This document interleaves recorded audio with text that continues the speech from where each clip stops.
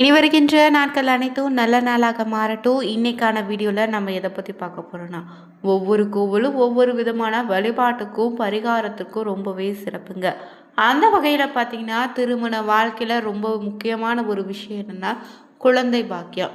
இந்த குழந்தை பாக்கியத்திற்கு சிறப்பான ஒரு பரிகார தலம் தாங்க கருவை காத்தரளக்கூடிய திருக்காவூரில் அமைந்திருக்கக்கூடிய கற்பராச்சாம்பிகை திருக்கோவில். இந்த கோவிலுக்கு சென்று வழிபடுவதால் நமக்கு கிடைக்கக்கூடிய பலன்கள் என்ன, எப்படிப்பட்ட கஷ்டத்தையும் தீர்த்து வைக்கக்கூடிய இங்கு அருள்பாலிக்கக்கூடிய அம்பாளின் அதிசக்தி என்னன்னு தெரிஞ்சுக்க வீடியோவை முழுமையாக பாருங்க. இது போன்ற சுவாரஸ்யமான கோவில்களை பற்றியும் பரிகாரங்கள் பற்றியும் தெரிஞ்சுக்கணுமா, வீடியோவை கடைசி வரைக்கும் பார்த்துட்டு மறக்காமல் சேனலை சப்ஸ்கிரைப் பண்ணிக்கோங்க. கூடவே இருக்க பெல் பட்டனை கிளிக் பண்ணிக்கோங்க. மேலும் தனிப்பட்ட முறையில் ஜாதக ரீதியாக ஏற்படக்கூடிய பிரச்சனைக்கு சரியான ஒரு பரிகாரத்திற்கும் வீடியோவில் டிஸ்கிரிப்ஷன் கீழே ஜோதிடர் நம்பர் கொடுத்துருக்கோம். அந்த நம்பருக்கு நீங்கள் கால் பண்ணி தெரிஞ்சுக்கலாம். வாங்க வீடியோக்குள்ளே போகலாம். திருமண கூடி வர குழந்தை பாக்கியம் உண்டாகன்னு சுகப்பிரசவம் ஏற்பட இத்தல இரவியே வழிபட்டா சிறப்பான அருள் உண்டுங்க. அறம் பொருள் இன்பம் வீடுன்னு நாங்கையும் இவ்வுலகில் மக்கள் பெற்று உய்யும் வண்ணம் நம்ம பரம கருணாநிதியாக சிவபெருமானின் திருவருளே திருமணியாக கொண்டு எழுந்தறிவிக்கக்கூடிய தலங்கள் பல இருக்கு. இவற்றில் பார்த்தீங்கன்னா மூர்த்தி தடம் தீத்துன்னு 3 சிறப்புகளோடு மூவர் தேவாரத்தையும் பெற்ற பார்த்திங்கன்னா தலங்கள் பல இருக்குது. அந்த தலங்களில் பார்த்திங்கன்னா காரிய சித்தியை அடையக்கூடிய தலம் தாங்க இந்த திருக்காரூர் அமைந்துள்ள கோவிலுங்க.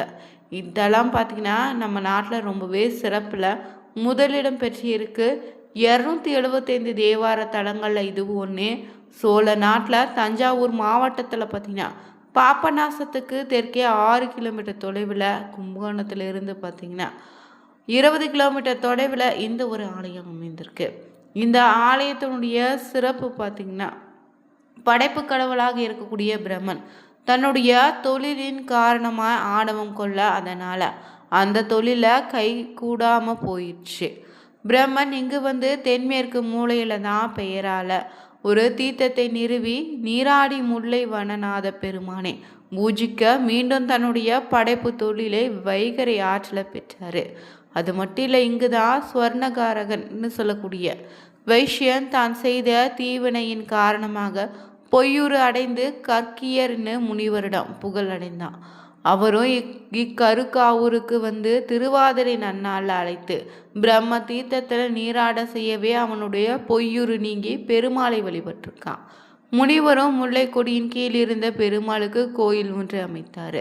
இந்த ஆலயத்தினுடைய சிறப்பு என்னன்னு பார்த்தீங்கன்னா, நித்துருவர்னு முனிவர் பார்த்தீங்கன்னா வேதிகை என்ற தன் மனைவியோடு இத்தலத்தில் வசித்து வந்திருக்காங்க. அப்போது பார்த்தீங்கன்னா ஒரு முறை இவருடைய மனைவி கருவுற்று இருந்தபோது அவளை தனியே தன் ஆசிரமத்தில் விட்டுட்டு வருணன்பால் சென்றாரா. அப்போது ஊர்த்துவாதர்னு முனிவர் அங்கு ஒருத்தர் வந்து இவருடைய ஆசிரமத்தை நாடி வந்து தன் பசிக்கு உணவு கேட்டிருக்காரு. அப்போது கருவுற்ற பெண்ணும் குரலை கேட்டு அச்சமயம் பார்த்தீங்கன்னா வேதிகை தளர்ச்சி மிகுதியால் எழுந்து வந்து அன்னமிட முடியவில்லைங்க. இதையறிந்த முனிவரும் கோபமுற்று ராட்சசின்னு நோயால் வருந்துமாறு சாபமிட்டு சென்றாரு. இதனால வேதிகையின் வயிற்று கருவுக்கு ஊனம் வர அவர் இத்தலத்த பெருமானை தாங்க பெருமண்டியும் வேண்டி துதித்திருக்கா. இதனால வயிற்று கருக்காக பெற்ற குழந்தை உருக்கொண்டதுங்க. பெருமாளின் கட்டளைப்படி காமதேனுதான் பாலை சுரந்து அளித்திருக்கு. பின்னர் வந்த நித்துருவ இந்நிகழ்வை அறிந்தே மகிழ்வேந்தி இனி இத்தலத்தில் கருவுற்ற பெண்களுக்கு எந்த இன்னலும் வராம காக்க வேண்டும்னு வேண்டிக் கொண்டாராம்.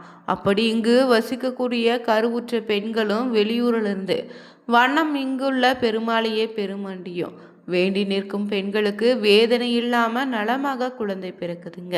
ஒரு காலத்துல தலத்தினுடைய இறைவன் முல்லைக்கொடி ஒரு முறை அப்போது தாமரை பீடத்துல நின்ற கோலத்தை ஒரு வகையான கொடி சுற்றிய நிலையில லிங்கமாக வெளிப்பட்டு 4 கரங்களோடு காட்சி தரக்கூடிய முல்லை வனத்துல முல்லைக்கொடி சுற்றுவது கரத்துல என்பதால இடது கரலை நாதர்னு இவருக்கு பெயருங்க. ஏந்தி கீழ்வலது கரை நாதர் கோயில்ல பாத்தீங்கன்னா முல்லை வனத்துல கௌதமர் காக்கேயர் உள்ளிட்ட முனிவர்களும் அபாயம் பலரும் தவறும் வகையில காட்சி அளிக்கிறாங்க. சிவ வழிபாடுல ஈடுபட்டுள்ள கற்பராஜர் வேதிகா குழந்தை பேரு உண்டா முனிவர்களுக்கு பணிவிடை செய்து வந்தாங்க. இந்த அம்பாளை குழந்தை பாக்கியம் இல்லாத துக்கத்தில் இருந்த இவர்களும் கௌதம முனிவரும் கார்கேய முனிவரின் கருப்பை பலம் பெறும் பார்வதி எப்படிப்பட்ட சிக்கலான கஷ்டம் கூட சுகப்பிரசவமாக மாறும். பிறகு குழந்தை இல்லாத தம்பதியராக சிவனியும் பார்வதியும் தொடர்ந்து 48 நாட்கள் பூஜை செய்து வழிபட்டிருக்காங்க. அப்படியே அவங்களுடைய பக்தியை மெச்சிய சிவபெருமானும் பார்வதி தேவியுமே அவங்களின் முன்பாக தோன்றி கரு உண்டாக வரம் தந்தாங்க. வேதிகையும் கருவுற்றதாக சொல்லப்படுதுங்க. வேதிகை தினமும் காலை மாலைன்னு 2 வேளையுமே சிவபெருமானையும் பார்வதி தேவியும் வழிபட்டு வீட்டு வேலைகளை செய்வதும் தோட்டத்தை பராமரிப்பதுன்னே அவ்வப்போது ஓய்வெடுப்பதுமாக இருந்து வந்தா. இந்த நிலையில ஒரு நாள் பார்த்தீங்கன்னா ஊர்த்துவ மகரிஷின்னு ஒரு முனிவர் கடும் பசியோடு பிச்சை பாத்திரம் ஏந்தி இங்கு வந்தாங்க. வேதிகையோ அப்போது சயனத்துல இருந்து உள்ளு இருந்திருக்கா. கர்ப்ப காலத்துல அவள் படுத்திருப்பது அறியாத அந்த முனிவரும் வேதிகை தன்னை அவமதிப்பதாக நினைச்சு கடுக்கோபம் கொண்டு எதன் பொருட்டு என்னை கவனிக்காத உதாசனப்படுத்தினாயோ அது உனக்கு இல்லாமல் போகட்டுன்னு சபித்ததாக சொல்லப்படுதுங்க. இதனால வேதிகைக்கு கருவு சிதைவு ஏற்பட்டதாகவும் கருவை உரிய நேரத்துல அம்பிகை காத்ததால கருக்காவூர்னு இங்குள்ள அம்பாளுக்கு கற்பராட்சிமைன்னு பெயருண்டு. இத்தலத்தை வேண்டுவோருக்கு குறைப்பிரசவம் ஏற்படுவதில்லைங்க. கர்ப்ப வேதனையும் மிகுதியாகாதுன்னு குழந்தை இல்லாதவங்களுக்கு குழந்தை பிறக்குன்னு ரொம்பவே சிறப்பான நம்பிக்கை உண்டு.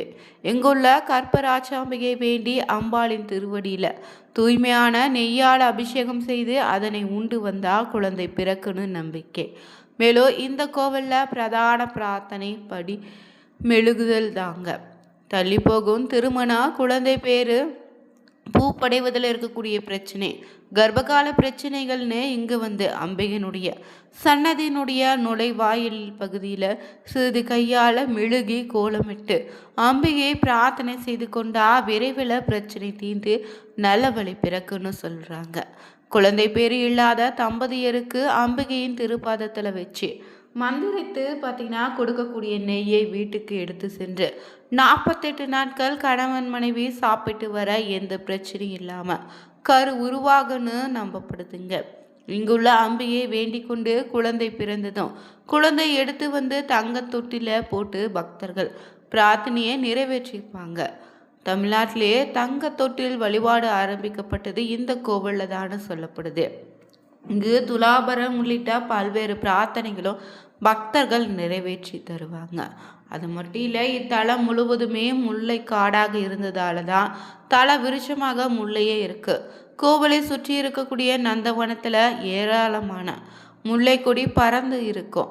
இக்கோவிலில் கற்பக விநாயகர், முருகப்பெருமான்னு தனி சன்னதிகளும் அருள்பாலிக்கிறாங்க. இந்த கோவிலில் வெளியே சீரகுண்டுன்னு அழகிய தீர்த்த குளம் இருக்குங்க. அது மட்டும் இல்லை, இந்த கோவிலில் கொடிமரம், பலிப்பீடம், நந்தின்னு இருக்கு. கொடிமரம் அருகே நந்திகள் 2 நந்திகளாக இருக்கு. அதில் வலதுபுறம் உள்ள நந்தி சுயம்புவாக தோன்றியதாகவும் அருள்மிகு முல்லைவனநாதருக்கு பிரதி மாதம் வளர்பிறை மர பிரதோஷத்தன்று புணுங்கு சாற்றப்படுது. அப்போது சாமி தரிசனம் செய்தால் பக்தர்களின் தோல் நோயும் தீராத பிணிகளும் நீங்கிடுங்க. மேலும் இங்கு பார்த்தீங்கன்னா கோவிலில் தினமும் காலை 5:30 மணிக்கு திறக்கப்பட்டு உஷக்கால பூஜை நடத்தப்படுது.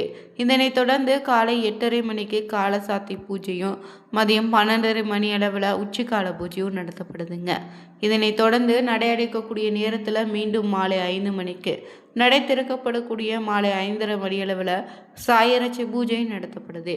இரவு பார்த்தீங்கன்னா 8:30 மணிக்கு அர்த்தஜாம பூஜையும் பின்னாடி தான் நடை அடைக்கப்படுதுங்க. இன்னைக்கான கோவிலில் பார்த்திங்கன்னா திருக்காவூரில் அமைஞ்ச தஞ்சை மாவட்டத்தில் இருக்கக்கூடிய கற்பராஜாம்பிகை கோவிலை பற்றி தெரிஞ்சுக்கொண்டா நீங்களும் பார்த்தீங்கன்னா இந்த கோவிலுக்கு சென்று வழிபடுங்க. திருமண வாழ்க்கையில் ஏற்படக்கூடிய பிரச்சனையாக இருந்தாலும் பெண்களுக்கு ஏற்படக்கூடிய பிரச்சனைகளுக்கும் சிறப்பான ஒரு பரிகார தலமாக இருக்குது. மேலும் எப்படிப்பட்ட நோயாக இருந்தாலும் விலக இங்கு இருக்கக்கூடிய பார்த்திங்கன்னா தீர்த்தத்தில் நீராடி வழிபடுங்க. மேலும் பார்த்திங்கன்னா கருவுற்று இருக்கக்கூடிய பெண்கள் சுகப்பிரசவமாக இந்த அம்பாளை நினைச்சு வேண்டிக் கொண்டாலே நிச்சயம் நல்லபடியாக குழந்தை பிறக்கும். இன்னைக்கான வீடியோ உங்களுக்கு பிடிச்சிருந்தா இது போன்ற ஆன்மீக தலங்கள் உங்களுக்கு இது மாதிரியான சிறப்பான வழிபாட்டு தலமாக நீங்கள் உங்கள் வாழ்க்கையில் பார்த்திங்கன்னா சென்று பார்த்துருக்கீங்களோ அந்த தளத்தையும் மறக்காமல் பதிவிடுங்க. சேனலை சப்ஸ்கிரைப் பண்ணிவிட்டு கூடவே இருக்க பெல் பட்டனை கிளிக் பண்ணிக்கோங்க. Thank you viewers.